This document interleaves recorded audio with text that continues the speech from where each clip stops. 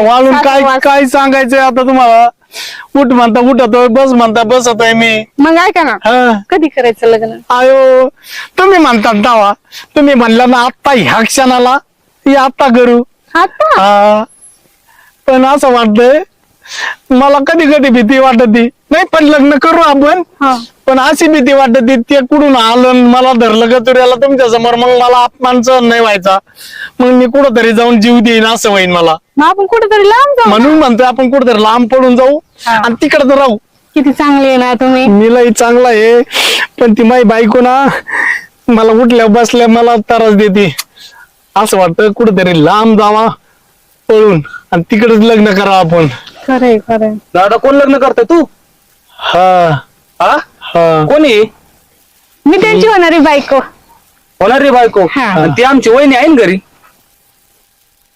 काय घटस्फोट